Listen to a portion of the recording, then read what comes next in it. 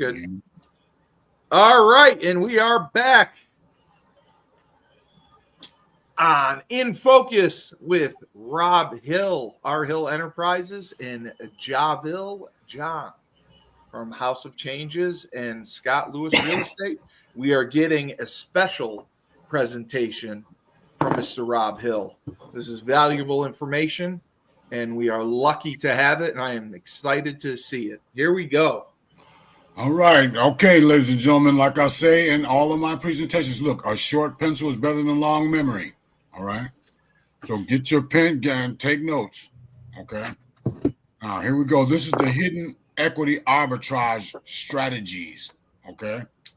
So arbitrage strategies, arbitrage as defined by Webster, the purchase of a security, commodity, or foreign exchange in one market and immediate resale in another market to profit from price discrepancies. The arbitrage strategies that I'm going to be sharing with you today are unique and will only be suitable in certain situations. I'm going to explain these concepts through several examples. Can I ask one question? Yes. Is this talking about the stock market? Well, you know what? Hold on. Okay. Just hold on, and you're going to see. I'll let you go. Yeah. You're going to see. All right. Like I say, you put the cart in front of the horse. I know. Okay. I don't. This isn't my area of expertise. That's why I'm excited. Okay. James is a 77-year-old with an investment portfolio of bonds worth $500,000. Okay. James's current average yield on his bond portfolio is 4.5%. This means James is receiving investment income from this portfolio of $22,500 per year. Okay. James wants to leave money to his heirs. He would also like to increase his income. That $22,500. Okay. Potential problem. How could James accomplish both objectives without taking more risk with his investments or depleting his principal? James looks into a strategy that may allow him to increase his income from his investment portfolio and guarantee his heirs a tax-advantaged $500,000 inheritance. This strategy involves a $500,000 medically underwritten immediate annuity and a $500,000 life insurance policy. Okay? So we're going to talk about having money work for you. James uses his investment portfolio to buy a $500,000 medically underwritten lifetime income contract that pays him $60,943 annually for life. Remember, it was $22,500. Okay. How does the bond portfolio compare to the lifetime income contract? A bond portfolio may provide greater liquidity than a medically underwritten immediate annuity. However, an investor may incur transaction fees or commissions if liquidating a bond prior to its maturity date. James also buys a $500,000 life insurance policy. Provide a $500,000 inheritance to his heirs completely income and estate tax free.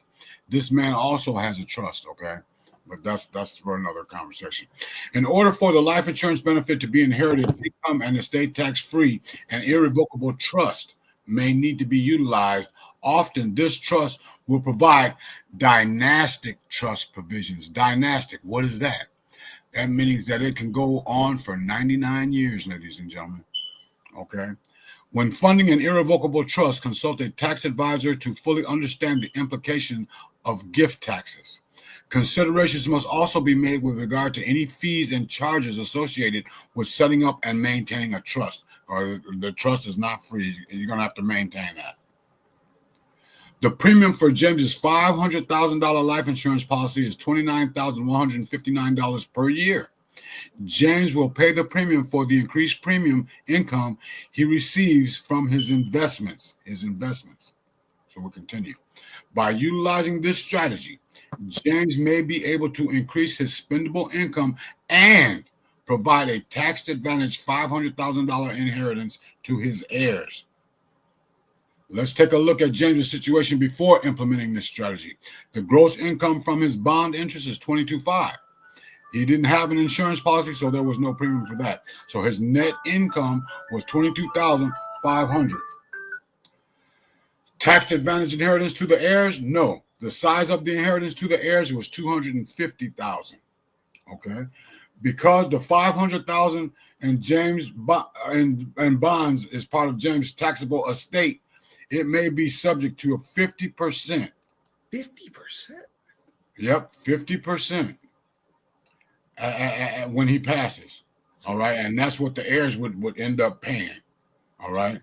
So because the $500,000 in bonds is part of James's taxable estate, it may be subject to estate taxes illustrated here at 50%.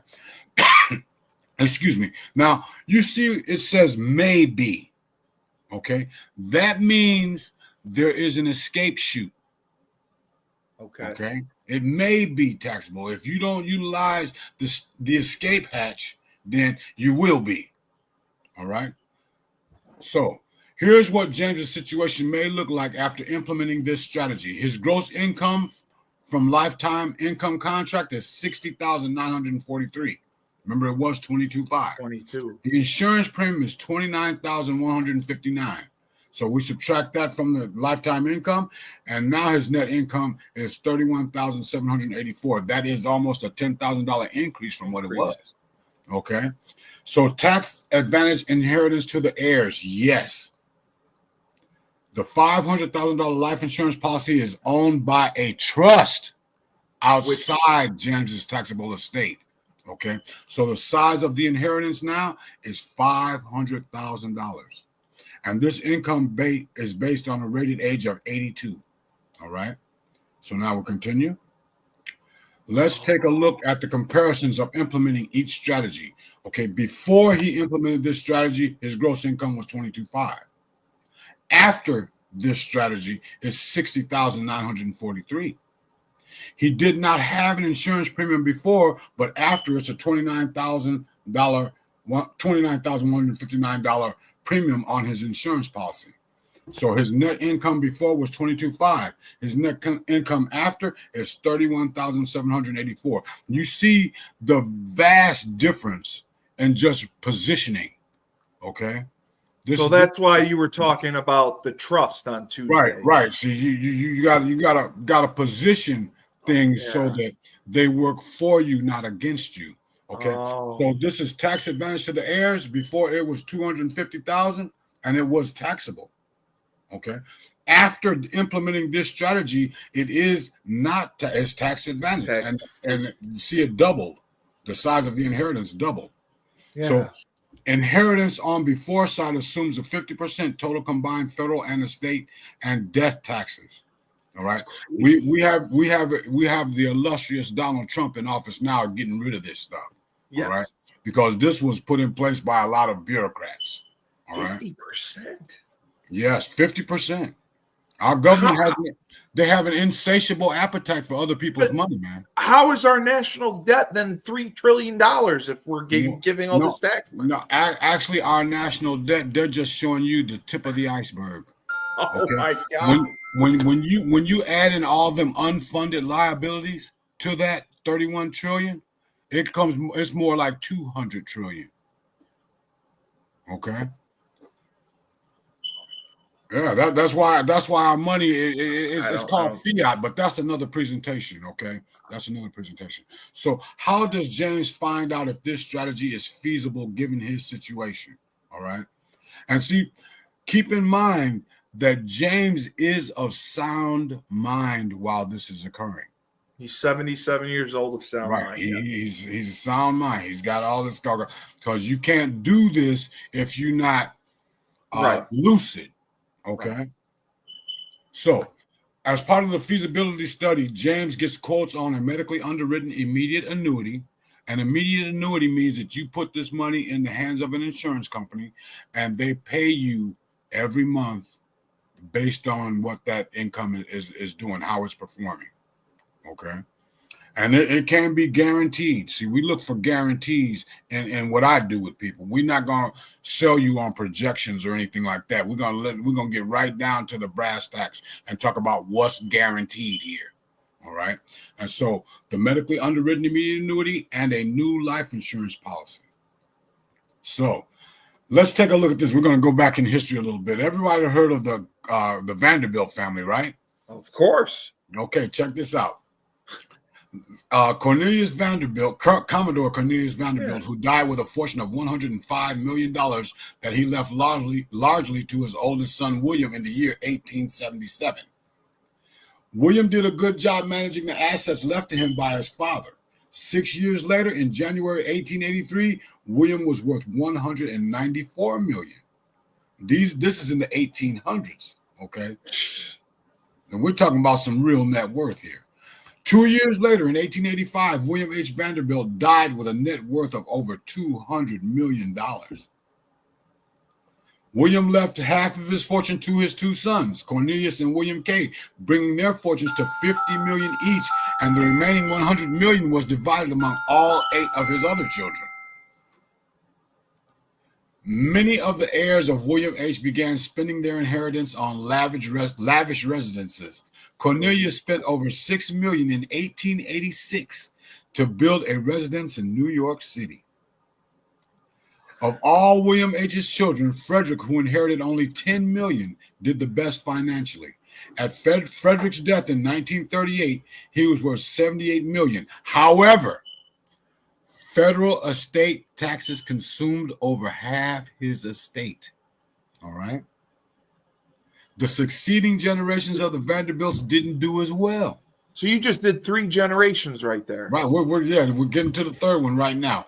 According to Arthur T. Vanderbilt II, author of Fortune's Children, Fall of the House of Vanderbilt, when 120 of Commodore Cornelius Vanderbilt's descendants gathered for a family reunion in 1973, there was not a millionaire among them. What happened to the money? Okay. Only 3% of family assets on average survived to the 4th generation. And this came from the Family Firm Institute in Brookline, Massachusetts. All right. That's bad. It's thievery. It's thievery. It's thievery. So how a trust could benefit your estate plan? Eliminate estate taxes on your life insurance death benefit. I went through this in the Wills and Trust seminar. Remember? Okay. Preserve your asset for future generations. Future generations. Yes. Okay. And protect your estate from future creditors or divorce. Can I ask a question? Yes, go ahead. Did this happen because they got bad financial advice from insurance agents, or because they just spent lavishly? Would you say? No, well, they spent lavishly, but what the insurance, I don't want to throw you off, but the insurance agents are not privy to this advice. Who they needed to be talking to would be an estate attorney. Oh, okay.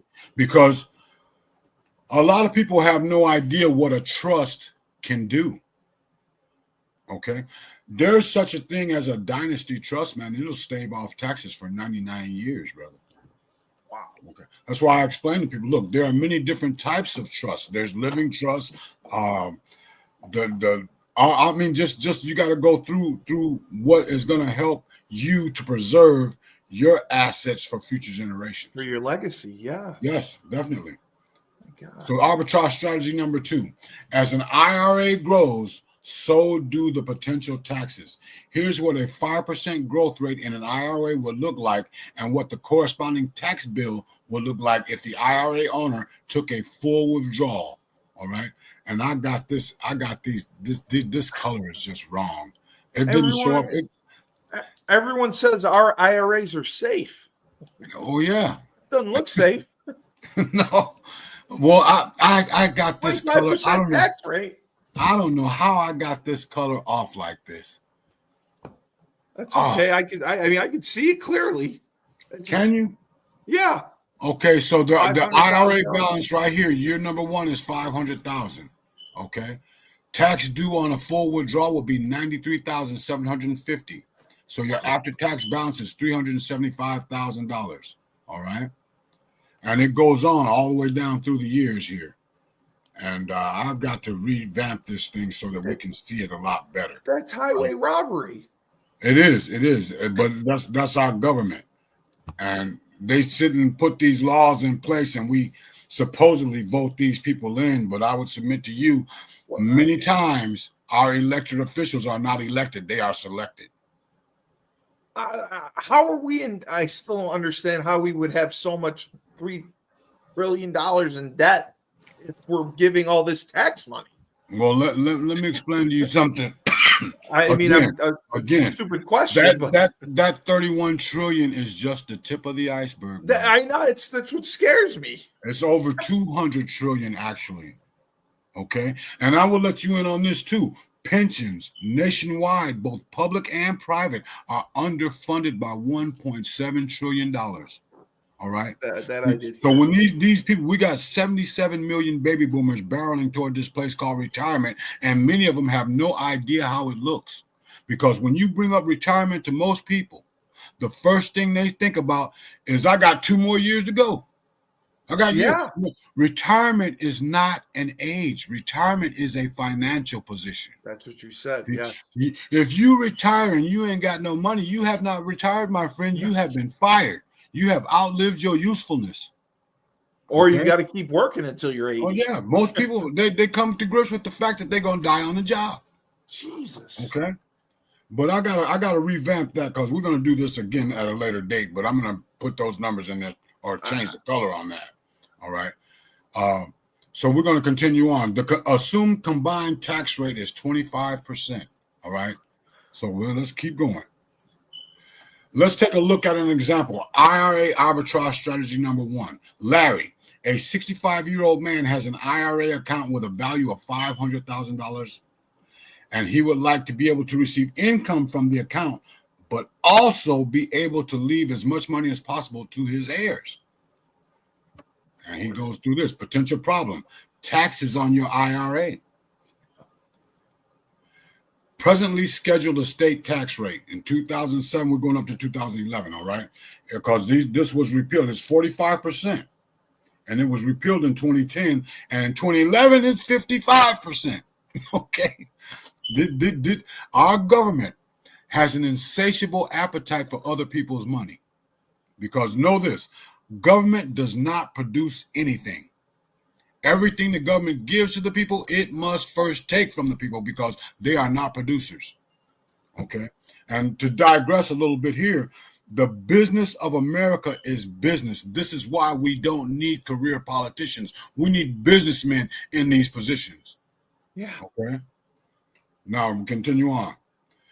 Taxes due on IRAs or other retirement plan based on the presently scheduled estate tax rate of estates over $2 million. The estate tax is 45%. The IRD, individual retirement tax rate, is 19%. All right, so we continue. Oh, I don't know why this is showing up like this, but no, I see it perfectly. Okay, if Larry decided to keep his current IRA, lived another 20 years, and received a 5% fixed rate of return, here's what his heirs might receive upon his death. Okay, he started out with $500,000. Over those years, it increased to $661,000. So what will go to his family? $231,000, and guess what the IRS gets? $429,000. And you know what IRS, a lot of people don't understand what IRS stands for. A lot of people think IRS stands for the Internal Revenue Service. I would submit to you that it is the Income Reduction Squad. Okay. John, did you know all this? Did you know all this? The taxes? This is crazy.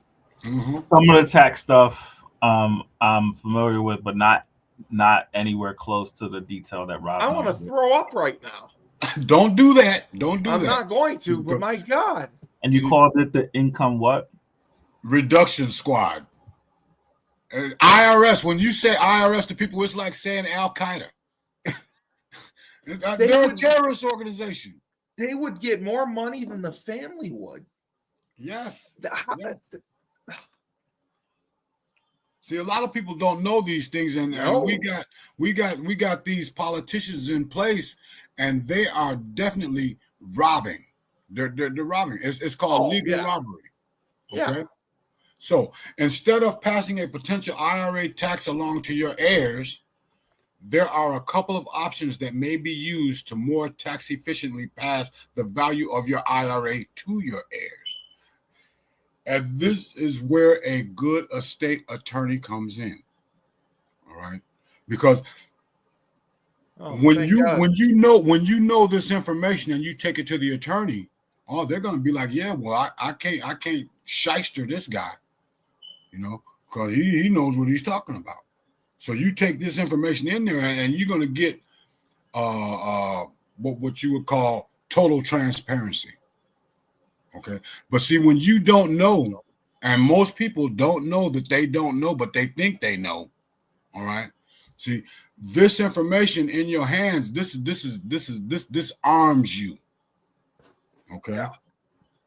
So our IRA arbitrage strategy option number 1, Larry decides to place the IRA account into a lifetime income account that will pay him an annual income of $39,571 for the rest of his life. No matter how long he lives, it's going to pay that. If Larry is in a combined tax rate of 25%, his after-tax annual payment from the lifetime income account will be $29,678. That's almost $10,000 that's going to the tax man. You can't live off that. So this annual income is based on a standard card rate of 65, 65 being the age. All right. Right.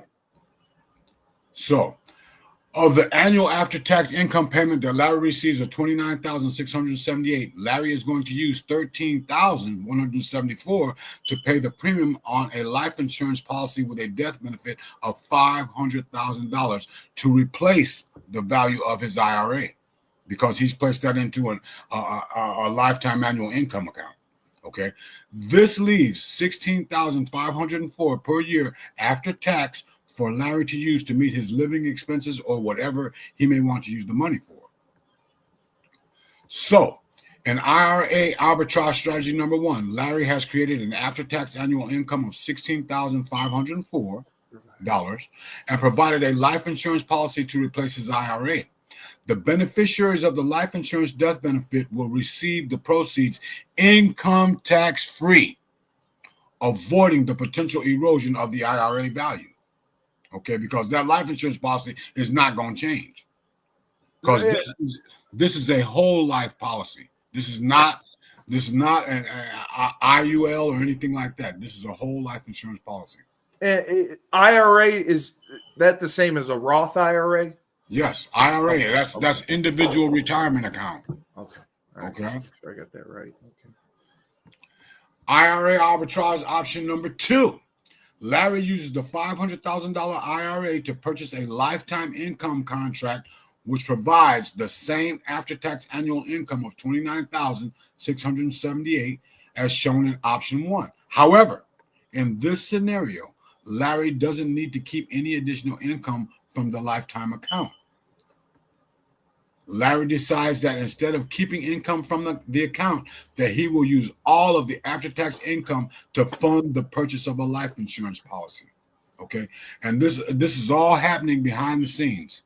All right, this is money that is not coming out of Larry's pocket per se. This is his nest egg that has been building up over the years, and so now he's repositioning it to get better utilization. Okay.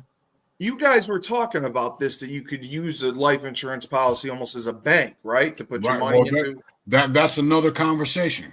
Okay. I just remember you mentioning that. Sorry. So using the income of $29,678 annually, Larry will be able to purchase a policy with a death benefit of $1,123,438, which will be passed on to his heirs, his beneficiaries, income tax free.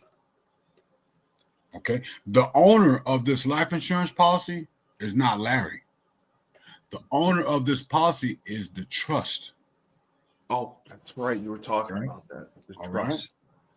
So how does Larry find out if this strategy is feasible given his situation? The feasibility study, a medically underwritten immediate annuity, and a new life insurance policy. Now, this is just one aspect of how you can reposition yourself with things. There's also a strategy that I like to use called laddering. Okay.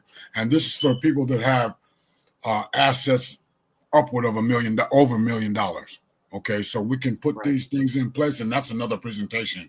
But I mean, it's amazing. It is amazing. It's truly amazing. But I digress. Okay, arbitrage strategy number 3: possible money for charity. Remember, we had a conversation back on the first podcast, and you said this person was in a nursing home and they didn't have any heirs or anything like that. What happens to their stuff? All right. Yes. Well, if a person would die intestate, and you said that the government takes it would escheat to the state. But this arbitrage strategy number 3, this is possible money for charity. You can leave it to charity. Right? Oh, okay. Yeah. So let's look at the hypothetical example of Jack, age 70, who has a non-qualified account with a balance of $750,000 that he does not need to generate current income. It's just sitting there. Potential problem: Jack would like to benefit his favorite charity during his lifetime, but would also like to pass the $750,000 to his heirs. How does he position this? All right. You just don't let it sit there, because there's the IRS is there. Okay. Okay. So Jack may be able to use an arbitrage strategy to benefit his favorite charity. So this strategy could potentially be used to benefit any not-for-profit organization, including colleges and universities. Jack decides to buy a single premium immediate annuity that will pay him an annual income of $70,100 for the rest of his life. Okay, this is an immediate annuity. There are different types of annuities and all this kind of stuff. Okay, these are all tools, and they're in everybody's drawer. They just don't know it. Okay, if the exclusion ratio on this annuity payment is 64.84%, Jack will have $45,453 excluded from taxable income. All right. If Jack is in a combined tax rate of 25%, he will pay a tax of $6,162 on the taxable portion of the $24,647. Jack's after-tax annual payment from the annuity will be $63,938. I know this is kind of mind-boggling right here, but it'll make total sense when you see how this thing is put together. Okay, it'll make total sense. Of the annual after-tax income payment that Jack receives of $63,938, Jack is going to use $26,969 to pay the premium on a life insurance policy with a death benefit of $750,000 to replace the value of his asset that he moved into that immediate income stream. Okay? Right. So this leaves $36,939 per year for Jack to use as he wishes. In this case, Jack is using $30,000 to give to his favorite charity, resulting in a charitable deduction of $15,000. Each year the donation is made, resulting in a $33,750 tax reduction for his donation. This calculation is based on 50% deductible charitable donation. All right. 30,000 times 5% is 50. That's times half is 15,000. At 25%, that's 3,750. Okay. So they give you a tax break if you for charity, for all this charity. kind of stuff. But see, what we need to do is we need to abolish the IRS. I mean, they just seem like I got a presentation about that too. They're the biggest burglars of them all. You know, no, they're a terrorist organization, brother. Jesus. You know the hair on the back of your neck stand up when you get a letter from the IRS? It's standing up right now. I mean, my God. Right. Yes. So I mean, our government is far too bloated. Far too bloated. All right. I mean, they're not a useful organization. I mean, no, that's another conversation. I got another presentation about government. All right, but that's another podcast. All right. So Jack has created his after-tax annual benefit, his charity of $30,000, and provided a life insurance policy to replace his asset, and has increased his after-tax income by $4,500. Okay. This is calculated by adding the annual income after donation to charity plus the tax credit created by the charitable donation, then subtracting the taxes to be paid on the created income. So that's $6,939 of income plus the $3,750 tax credit equals $10,689 minus the $6,162 that's taxes owed, leaves him with $4,527. All right. So would like Jah's organization, like the House of Changes, they're a nonprofit. Is that considered a charity or no? Yes, nonprofit. Okay. All right. Also, the beneficiaries of the life insurance death benefit will receive the proceeds of $750,000 income tax free. Again, I will submit to you that the owner of this life insurance policy is the trust. Okay.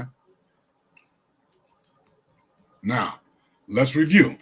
Tax-free benefit to the heirs is $750,000, which replaced the original account at the end of Jack's life. The annual donation to charity, $30,000, available for the remainder of Jack's life. Every year that they get that donation. The annual after-tax income increase is additional $4,527 to be used as Jack wishes. All right. So that's one way to take that. Remember, it started out with $750,000. He repositioned that $750,000 into an immediate income stream, which is an immediate annuity. Okay, and money that he was getting from that, he took a portion of that to fund his life insurance policy. All right. Then he was given to charity. And I mean that's how he repositioned everything to work in behalf of his beneficiaries and his charitable donation. So Rob, Lori has a question. She wants to know: do you obviously these policies? Do you work hand in hand with like a specific attorney or a firm, or is there an attorney that part of the insurance company?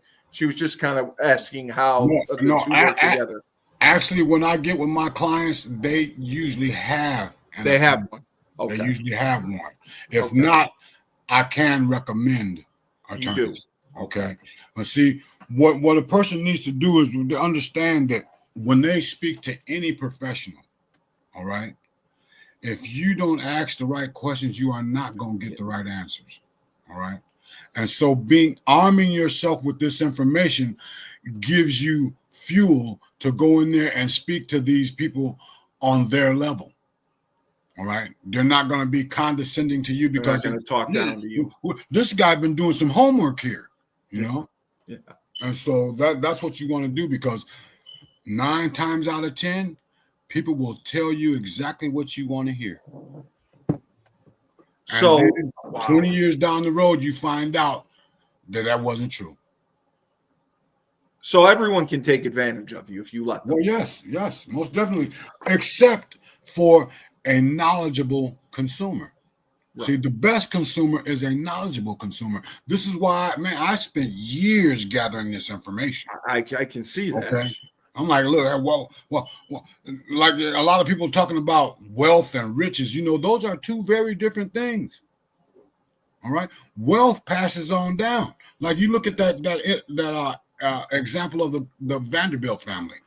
Right?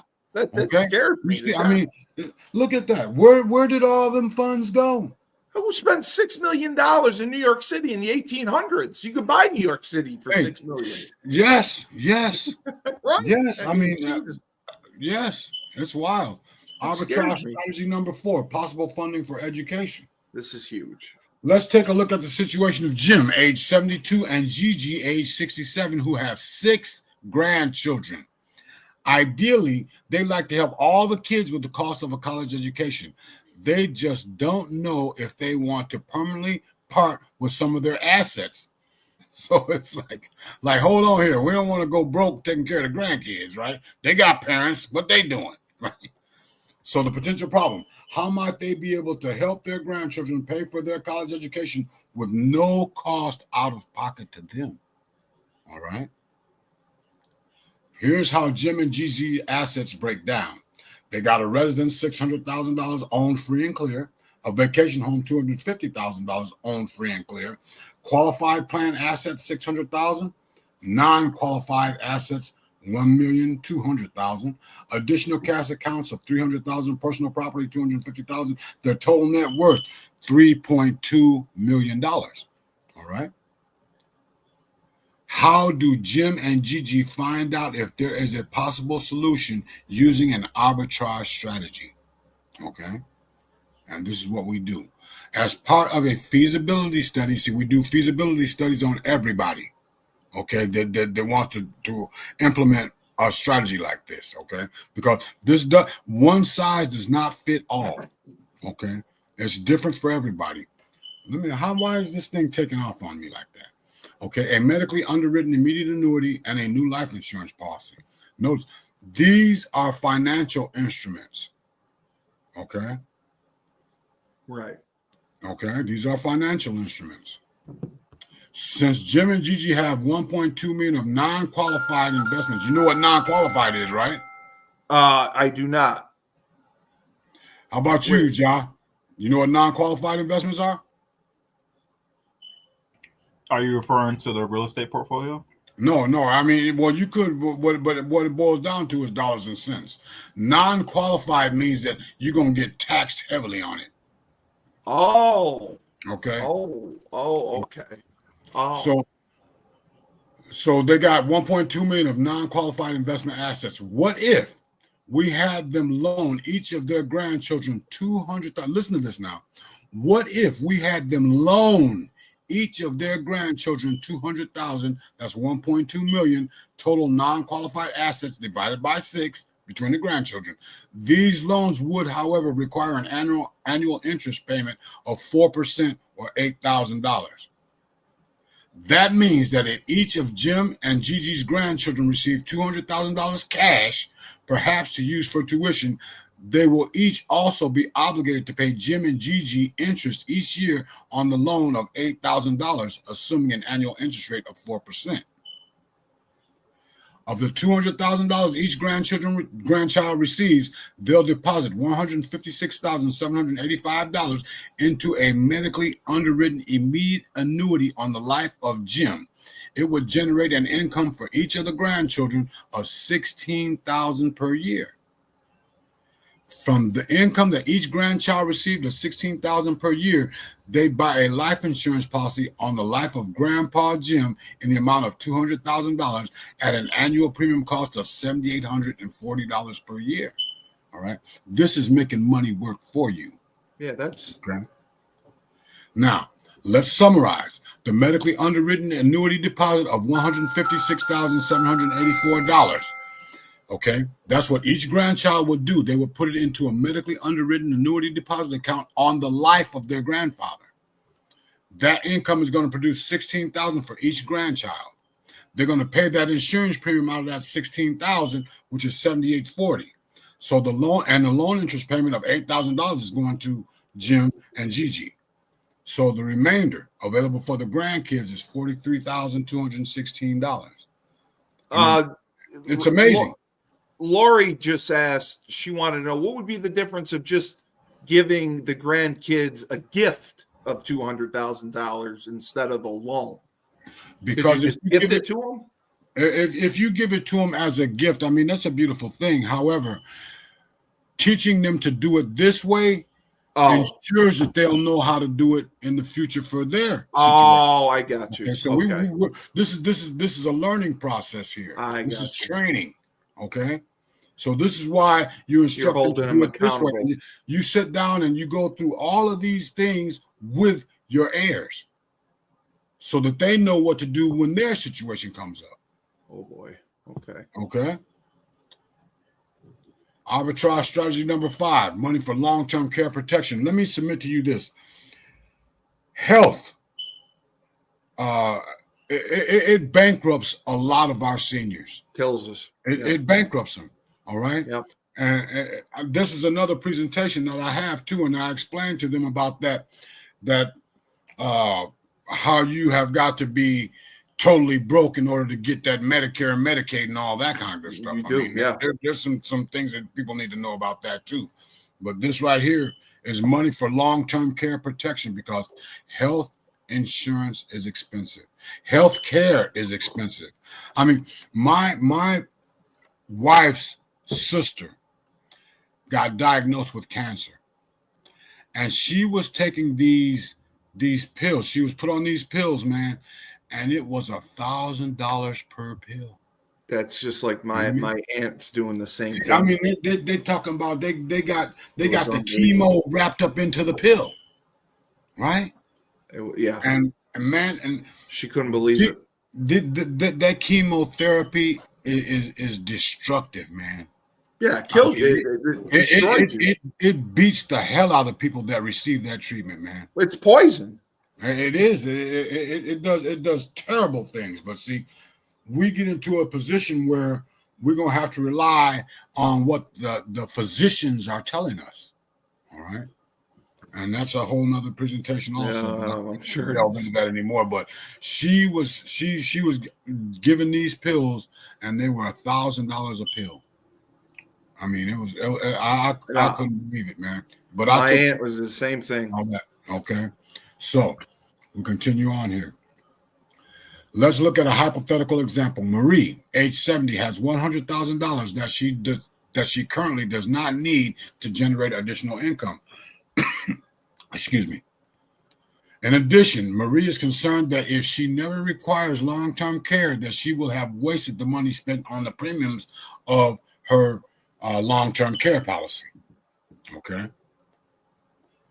As a possible solution, Marie could utilize an arbitrage strategy to create more income to pay the long-term care insurance premium. All right. This is called money working for you. All right. Mary decides to purchase an immediate annuity. Notice that immediate annuity came up in every one of these strategies. Absolutely, it did. Okay. An annuity that will pay her an annual income of $8,686 for the rest of her life.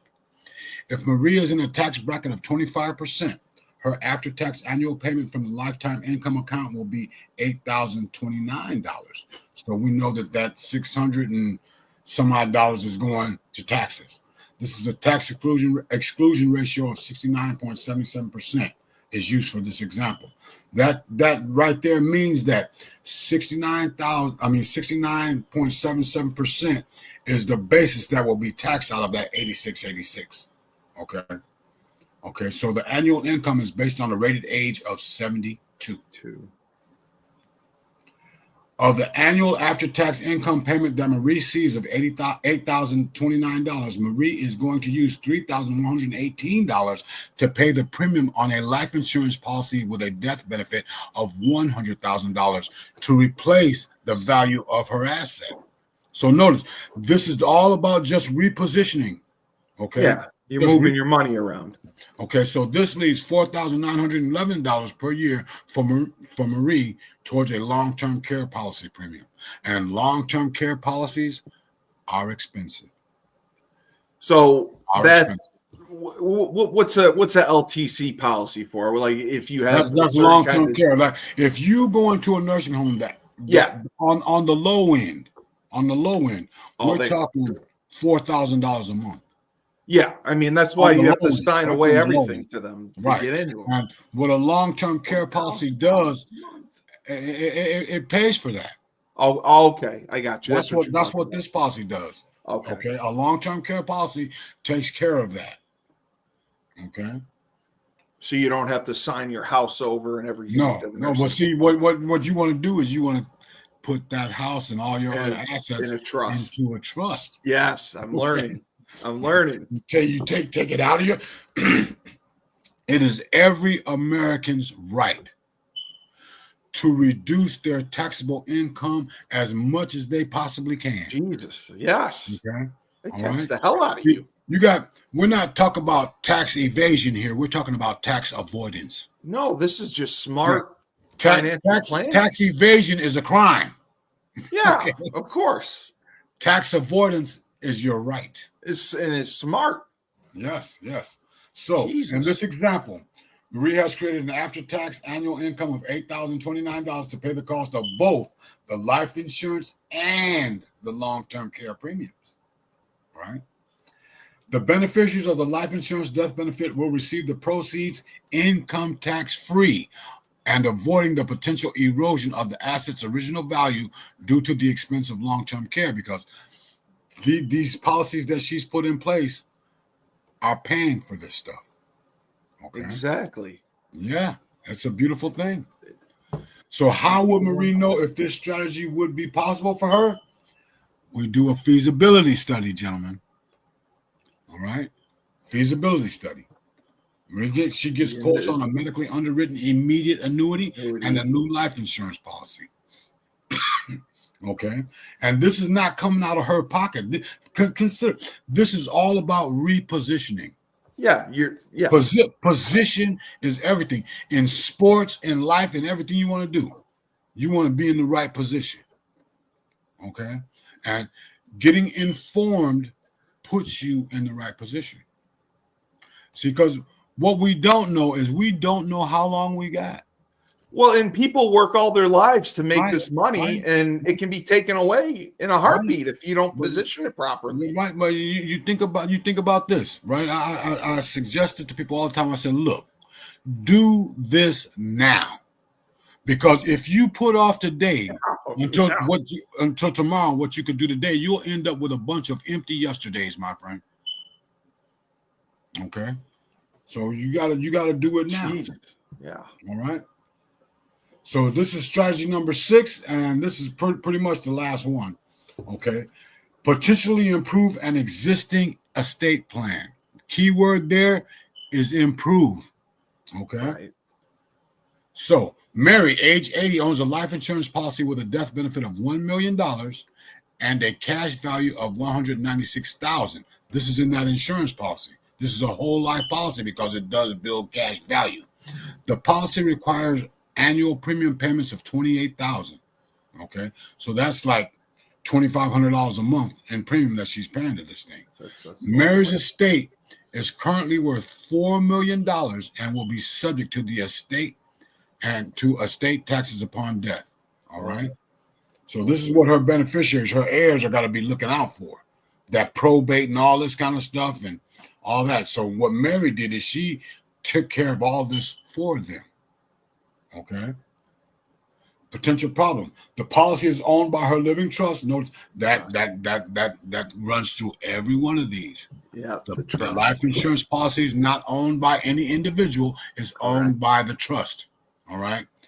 And so the policy is owned by her living trust, which means that when the death benefit is paid at Mary's death, it will be part of her estate and may be taxable. Watch that keyword there. May be. There are always ways around this stuff. I mean, how do the rich keep getting richer and the poor keep getting poorer? All right? Because we live by the golden rule, which is he who has the gold makes the rules. All right? That's that. Yeah. Who owns the trust was one of the questions. The trust is a living entity, brother. Is there someone that runs it, or no? There are people that manage it, manage the trust. Yes. Okay. But the testator is the person who initiates the trust. Okay. And then they have heirs that have access to those items in the trust. They just can't sell them. Correct. The trust is the owner. Okay? Yes. All right. So. Federal estate tax exemption, the amount that you can pass on to your heirs without federal estate tax, okay? As $2 million. In 2010, it was unlimited. And then our bureaucrats in 2011 dropped it down to $1 million. So that was Obama. Wow. What? I just love you. I do. Well, I thought Obama was good. I mean, that doesn't look good. No, I would submit to you that Barack Hussein Obama was a man in a position of honor acting dishonorably. But I thought he did good the first term, but it doesn't look good. No. You base that on what? Popularity? No, No, knowledge. he didn't You're do absolutely anything. right. He was thwarting this country. He got Bin Laden. That's what they credit. No. We don't want to even go into all that kind of good stuff. All right. I mean, we could talk about 9/11, brother. I know that's a whole other thing. Yeah, you would be looking at me like I got a hole in my head. No, I know.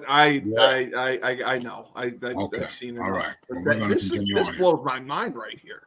Okay. No. Unlimited. Don't blow your mind. You got to watch what you say. Well, I'm being enlightened. Yes, I'm very enlightened. Okay. I'm terrified how ignorant I am. So okay. In addition, Mary no longer wishes to continue to pay the $28,000 annual premium. So, to address the problem, Mary might consider a feasibility study with a combined with a life settlement account. That's another financial vehicle. Okay. Let's clarify the concept. A life settlement is a transaction whereby an institutional investor purchases an existing life insurance policy from a policyholder.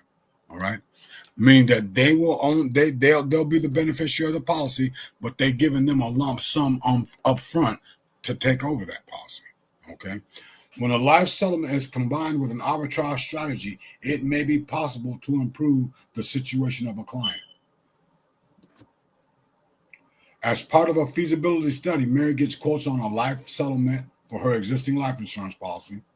And John, you might have missed that about the life settlement. That's where a person sells their life insurance policy for cash to another entity. Okay. Okay. I did miss that. Sorry about that. Okay, no problem. But a medically underwritten immediate annuity and a new life insurance policy. Okay. So we continue. When her feasibility study was complete, Mary discovered that she had the following options: the life settlement offer of $383,211 that they were going to pay her in cash for her life insurance policy, which had a face value of $1 million. $1 million. Right. Okay. A medically underwritten immediate annuity payout rate of 11.3%.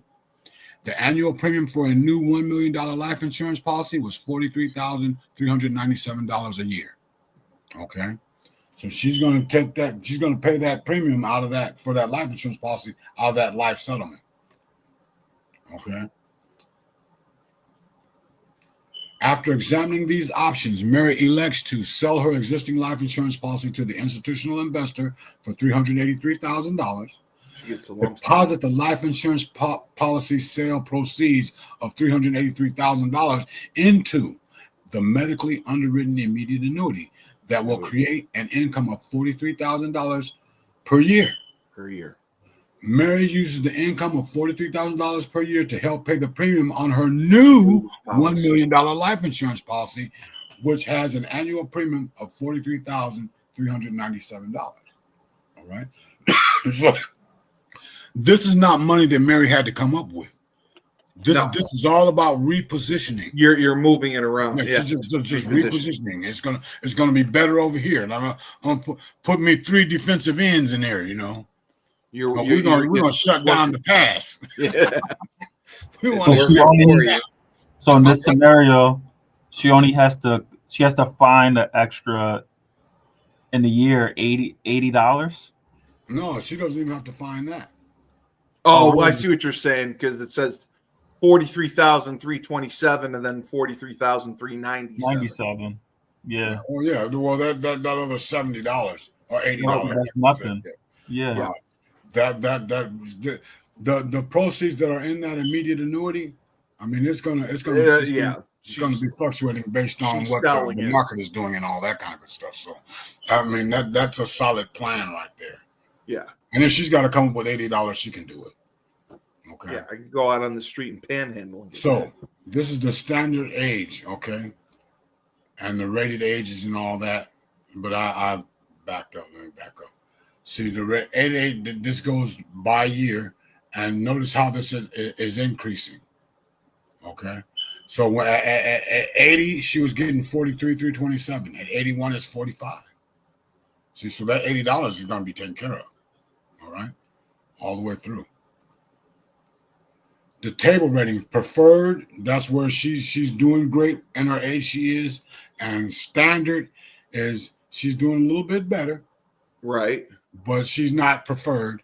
Table B is she's got some issues. They're telling her she's got some issues. And table D, she's got some real issues. That's the worst. Okay, yeah. So that's the annual premium. Not saying that she can't get this coverage. She can get it. It's just going to cost. Right. You're going to have to pay for it. Right. All right. After examining these options, Mary elects to have her policy owned outside her estate by an asset protection trust. Listen to that. For her heirs, eliminating estate taxes and providing additional protection for her family. All right. See, a lot of people don't know these things. No. Okay. And that's why I put this stuff together to just enlighten people, because an informed consumer is the best. All right. So let's take a look at Mary's situation. Go ahead. Can I ask you one question? Yes. Frank wants to know: this is a bad question. I apologize. No, it's not a bad question. Are all trusts tax free or get a lower tax rate if you put stuff in a trust is a living entity. It's a living entity, but right. It's not taxed. All right. Yes. So you want to. It is the right of every American to pay as less in taxes as they can. Yes. Okay. So you move everything into these trusts and thereby staving off the tax man. Right. Right. So we're going to look at Mary's situation before implementing this strategy, and let that questioner know that there are many different types of trusts. Right. There are different types of wills and all this kind of stuff. They got to make sure that when they go and talk to that estate attorney, that they have everything, all their assets, all their liabilities, all this stuff. They got to have all of that when they go in and they start implementing these strategies. All right, because you don't want to leave nothing out there by chance. All right. No, you can't. Let's look at Mary's situation before implementing this strategy. Her insurance premium was $28,000 per year. She had no income from an annuity. The net cost of insurance, $28,000. The cash value of her life insurance was $196,000. And is it tax advantage to her heirs? No. The size of the inheritance, $500,000. The inheritance in this example assumes a 50% total combined federal and state estate death taxes. All right, because there is a death tax. All right, you get taxed if you die. No, not if you die. When you die. Well, when you die. There ain't no if. It's just a matter of when. Yeah. Okay, but these are for people that have sizable. Right. Assets. All right. Yes. I got you. Now, here's what Mary's situation may look like after implementing this strategy. Her insurance premium is $43,397. Gross annuity income is $43,327. There's the net cost of insurance, $70. The cash value of the life insurance is at $0. Is it tax advantage to her heirs? Yes. The size of the inheritance? $1 million. $1 million. And it was $500,000. Yes. Right. Okay. They got taxed all hell. Oh yeah. So let's take a look at each of the comparisons of this strategy. Her insurance premium before was $28,000. After is $43,000. Annuity income was $0, and after is $43.27. So the net cost of her insurance is $70. The cash value of her life insurance was $196. She didn't do anything with that. All right, she got that $300,000 from selling it to that other lump sum, right? Right. And so after, she's got nothing in her life insurance policy, but she does have the tax advantage inheritance to the heirs. Remember, it was $500,000 before. Now it's $1 million. $1 million, and it's tax free. 100%. Yes. Okay. So life settlements can be complex in nature, and this strategy is not suitable for all people. None of these strategies is suitable for all. No, it's different for everyone. We got to do the feasibility study, okay? So please refer to the companion booklet given at the end of this presentation, which you are not going to be able to get. No, several people did ask, what is a feasibility study? A feasibility study looks at your medical history, your income, and all that kind of good stuff. Okay, to see if it is feasible for you to do these things without interrupting your lifestyle. Okay, gotcha. Okay. That's helpful. So that was pretty much that. Well, there's a number 7, but we're not going to go to that one. All right, because we spent enough time on this already. Unless you want to go. All right. No, this is valuable. Right, because a lot of people, they look at these CDs. What is a CD? That is a certificate of deposit. Okay, and it is supposedly there to earn you money. Yeah. So but it's on the low end. They're safe. You know, and I use that term loosely. Well, I thought a Roth IRA was safe. Apparently, it's not. No. I was told all my life a Roth IRA is safe. Put your money in a Roth IRA; it's safe. Well, why? What makes them say that? What about a Roth IRA is safe? You know what? I didn't ask the right question. Okay. I was just told. Usually, I was just told. You know. I was just told. If you put it in a Roth IRA, it's safer than stocks or bonds or. Anything. Well, it may be safer, but it doesn't. No. When it gets taxed, all hell. Yeah. So what we want to do is we want to look at all the options that are available. The best situation is simply this. Number one, we got to stop thinking of retirement as an age. Retirement has nothing to do with your age. Retirement is a financial position, and then we look at your legacy. Okay, how do you want this to be distributed amongst your heirs? And keep in mind that we don't know how long we got. Well, that's what another person asked. Mm-hmm. Rob, this is an amazing presentation. If I want to, I'm 33 years old. If Mm-hmm. I come to you and say I want to retire when I'm 67, can you put together a plan for me that will have me financially secure to retire at age 67? Well, you know what? That's pretty much a loaded question. That's what I figured. Yeah, what's got to happen is, see, if you look at the value of your money right now, they tell you about this thing called inflation, which is a flat out lie. Okay, there is no inflation. Things are not costing more. Your money is losing value. Yes. Okay, the value of your money is shrinking. Since 1913, since they introduced the Federal Reserve, man, the cost the value of our dollar has been shrinking ever since. Since then, it has lost 99% of its value. It's not backed by gold anymore, right? No. This is what you call a fiat currency. See, if you pull out a dollar right now and you look on it, it says this note is legal tender for all debts, public and private. What that basically means is I owe you. That's it. Wow. There's no value attached to this paper money. It's just paper. That's it.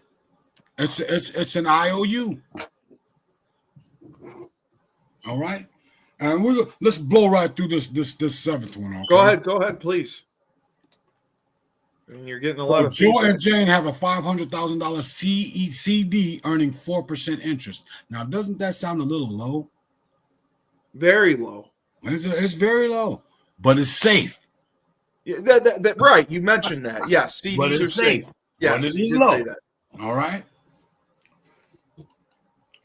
So potential problem: interest from their CD is taxable as ordinary income. Okay, the 4%? Yes, you're paying taxes on that. Yes. Okay, this is their 1040, and that's another situation right there. Okay.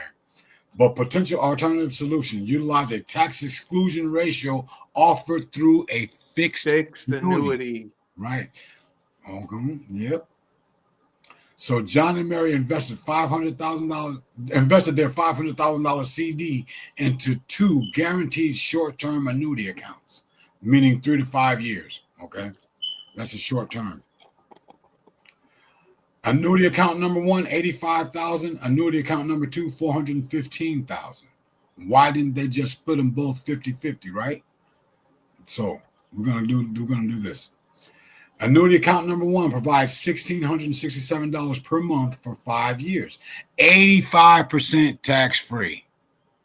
All right, so meaning you're only going to be paying 15%. Paying taxes on 15% of that. All right. Annuity account number 2 accumulates over 5 years. Look at that. Jeez. How it's accumulating. They're not touching this one. They're just letting it sit there and grow. Okay. So assumes a fixed annuity and hypothetical net rate of return of 4%. Now that CD was doing the 4% too, but in that CD, you were taxed on that 4% gain. That's what I can't believe. Yeah. Here you're not. 4%. Here you're not. Yeah, because it's an annuity. Right. Albert Einstein said that compound interest is the 8th wonder of the world, brother. You know what compound interest is? That's interest on top of interest on top of interest and all that. But I digress. Let's keep it. I studied finance. Jesus. After 5 years, John and Mary have $8,180 in additional income just from tax savings. See, that would have been in taxes had they left it in that CD. They would have been taxed on it. Yeah. Right. Identify your areas of potential opportunity. There's a free feasibility study. All right. And I do that's the end of the presentation. Okay. So anybody with any questions, consult your current financial advisor about these different options that may possibly give you some solutions to some issues that you do not foresee coming down the road.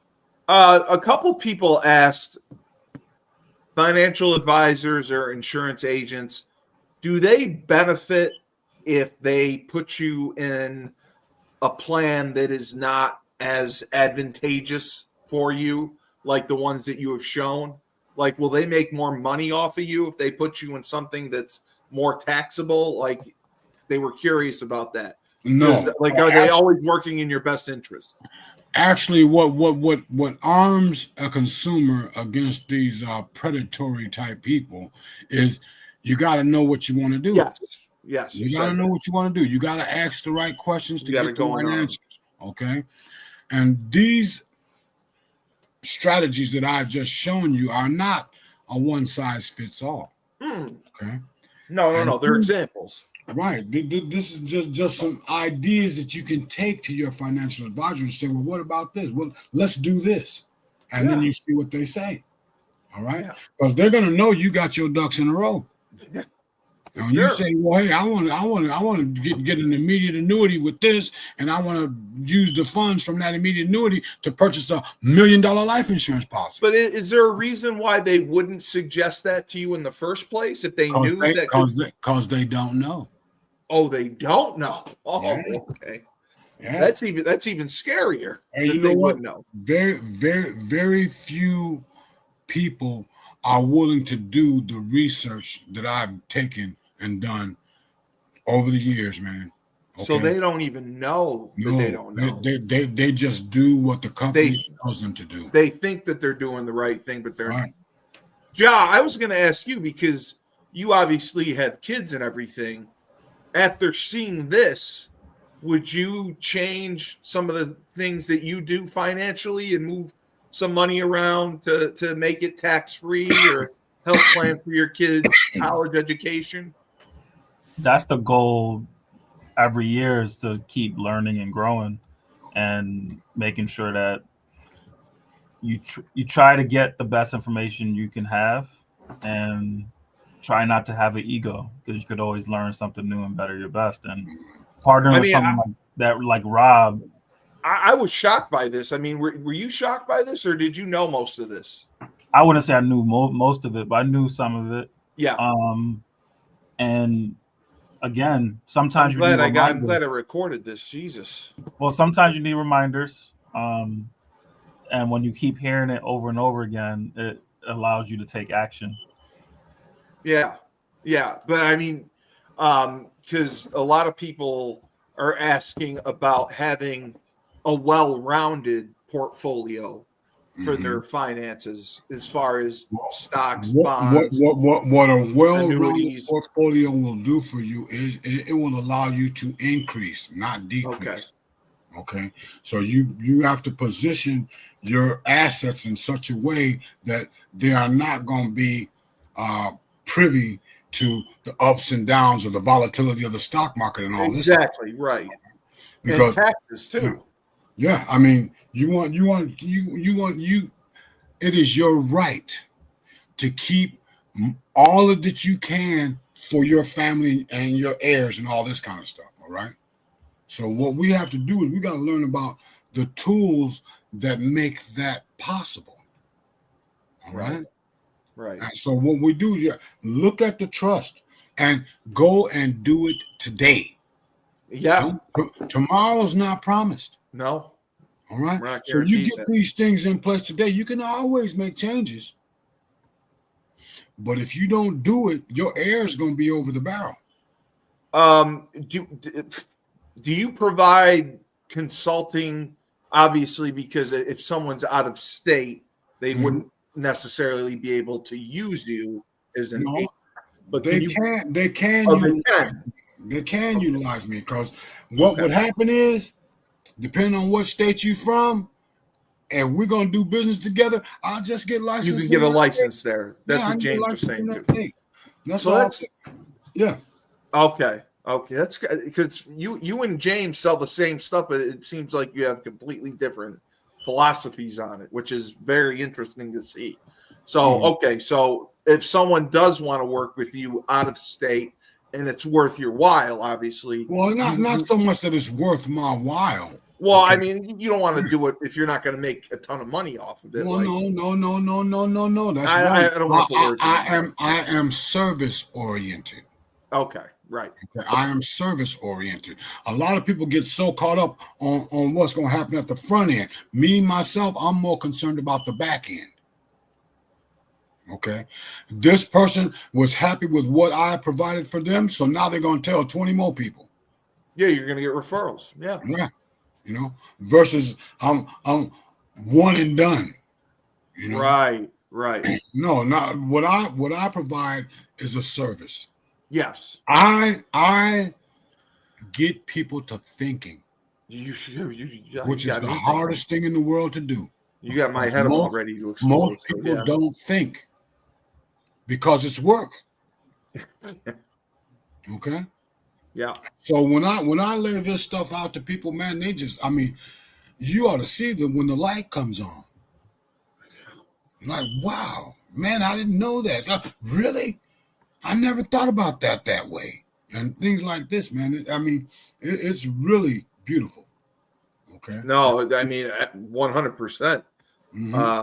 We got a great response from this, and a lot of people had their eyes open. Ja, do you have any questions? Is there anything that you were curious about? I'm sorry I didn't get to you. I didn't want to interrupt. I mean, I was blown away by this. I mean, I have no financial background, so that's why I was shocked by all this stuff. So, like, some of the questions I was writing during the lecture, one of them was, I think you're in Atlanta, correct? Rob? He's Chicago. No, he's Illinois. Chicago. So in that market, I'm assuming to establish a trust with attorneys, averaging like in that 3,500, 4,000 range. Uh-huh. So I'm assuming that's the case. So I was like, it would vary. It would vary. Yeah, it depends on the attorney and it depends on the scenario. Well, would he need an attorney in Chicago, in Illinois, to do it? No, you need a license. Wherever you're at. My dad can do it for you. Yeah. Yep. My dad does estate planning. So that'll be perfect. No, I was just thinking more like for the audience, you know. Oh, yes. Oh, right. Whatever state they're in. Yeah. Okay. Yes. They can find a good estate attorney, and the questions that you need to ask. They have to be armed with the information. Yeah, but see, I've got, you know, I'm an author. Okay, I wrote this book called Ask the Right Questions, Get the Right Answers for Sound Financial Retirement Planning. That's why I said you got to get this book. In one section of that book, I've laid out 14 questions that one would take with them to ask prospective professionals about what. Oh shit! Sorry, he jumped off. He'll come back. I'm sorry. I'm sorry. I was blown away by that. Nah, he's amazing. Were you blown away by that, or okay? I didn't know if He's you were. amazing. Yeah, I couldn't tell if you were bored or. All right. No, so you really if sorry about that. I do apologize. Sorry, we lost you. That's okay. I got kicked out right there. But anyway, what a person needs to understand is that you have got to ask the right questions. Okay. And that's critical. Because if you don't ask the right questions, the people that you're going to don't know. Most of the time, this information is not going to be given to you just because. All right. You are going to have to pick through and weed through all of the minutia to get to what's important to you. Right. Plus getting the right partners in it. Yeah. One expert is not a one size fit all for all people. There you go. And one policy isn't either, but that's just great information, and it shows that people have to arm themselves with the right questions, go in with their ducks in a row so they can present themselves, because the people they're going to don't know. Mm-hmm. So they can make sure they get themselves in their best situation for their lives. This is their lives. Yeah. So let me submit this to you. Okay. Me. See, we have got to begin with the end in mind. In mind, yes. Which nobody. What is it that you want to happen to your assets and all this kind of stuff, in reference to your heirs? Okay? And I've never thought of that before. God, have you thought of that? I was taught some of those concepts. Okay, I practice it always. I do not. No, but I've never thought like that. So that you have to think ahead. You have to think of your legacy, and that completely. Well, if you go into it with a plan, hopefully you're working that plan. And absolutely.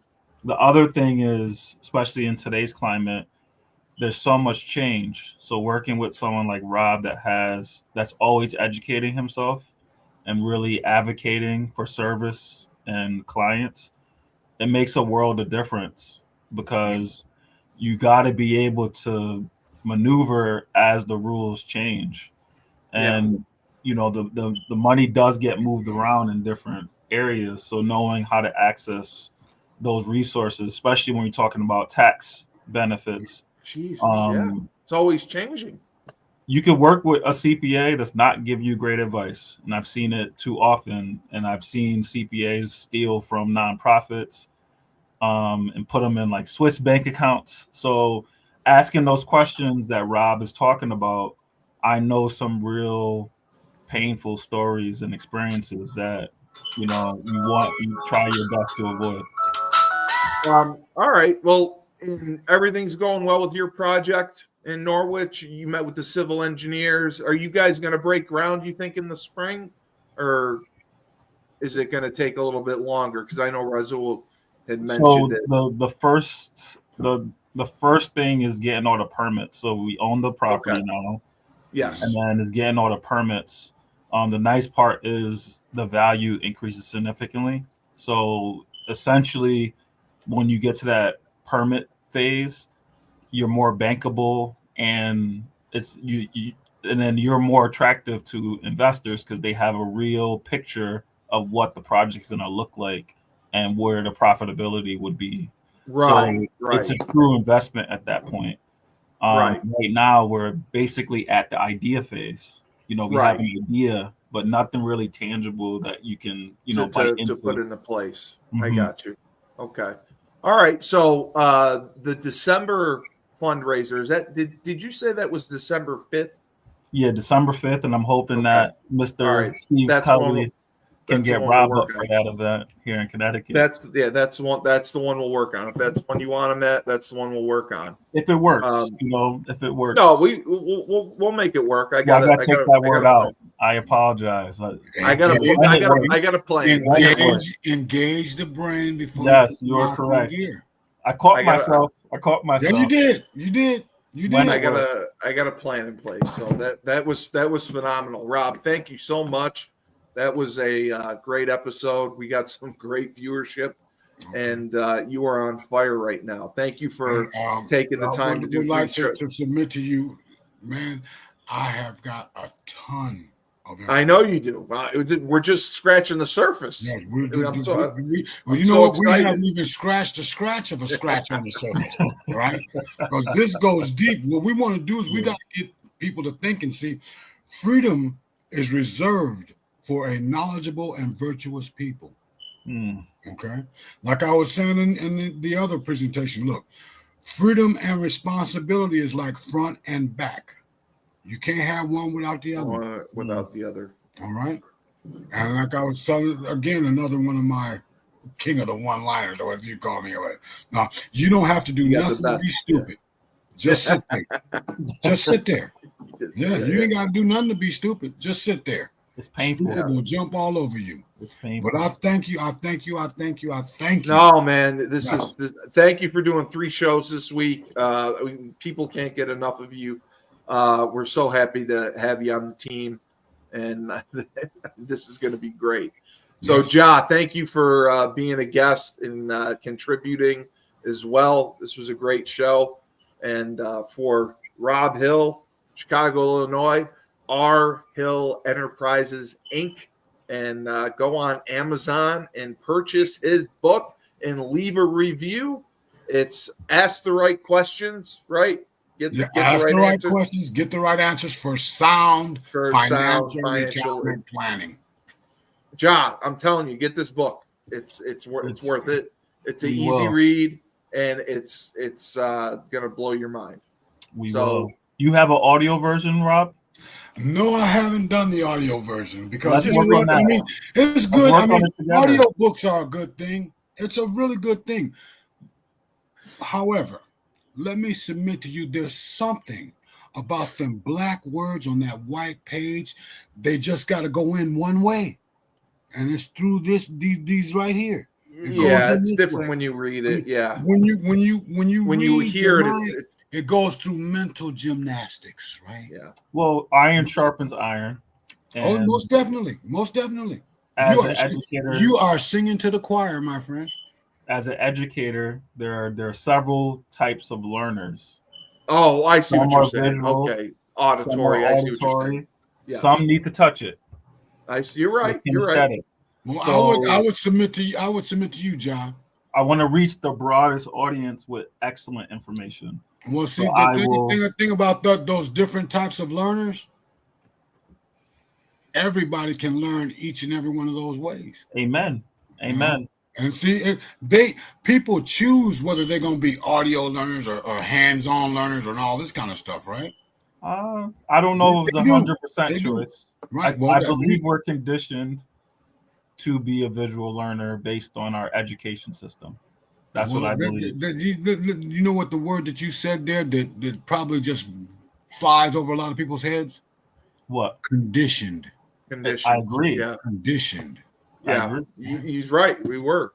Yeah. 100%. So if we're conditioned, and then there's still a big population that are auditory, auditory learners. Well, let me submit this right here to you. Have you ever read a book and then watched the movie? Yes. Yeah. And the book is 1,000 times better than the movie. Why is that? But I'm not talking about a movie. No, I'm talking about a verbal version of the written word. That is just a metaphor. No, I know. No, you're right about that. It's happened several times where the book has been 1,000 times better. But to me, it's much stronger executing all 3. Of course. Verbal, you want to do as much as you can. I agree with that. Yeah. And so you can reach everyone. I see. Hence why these reels are so popular, right? Yeah. Allows you to plant a seed. And Yeah. and you know that process, Rob, about planting yes. seeds. Oh And yes, that's what I'm doing. I'm going around Well, planting seeds. I like bearing fruit. I like Yeah. it ripe and bite into it. And Well, my see, goal, you know the tree by the fruit that it bears. amen. All right. Amen. Yep. Well, Amen. you So guys, I'm gonna push you on this auditory, in reference to we'll have Rob dictate the book for you, That's or it. I'll read it to he you. can be the reader. He can. I'll record I it. love Rob's voice. He does. He's got I a call him James Earl Reverend Jones Dr. voice. Robb Hill for a reason. Yeah. Thank you. I want to go to one of his sermons. I wish, I know what? you're a minister. Do you have any online ones? I know I've seen your YouTube. We can do it just like this. We could. You would do one? I would really enjoy that. Right. Just doing I got some topics that I think would be very advantageous. I would love choose that. the topic off the top of your head, Rob, what would the sermon be for the first one? The first one will be speak the word only. Speak the word only. When are you going to do that sermon?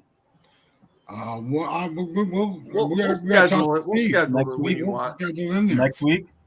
You want, John? If you have time for it, I'll talk to Rob and we'll set it up. Yes. Yep. If you can get Razul wants to do it, absolutely. Well, it's for the audience, so you can watch it at your convenience. Yes. Yeah. Rob is delivering the message. Yes, I got a lot of information, brothers.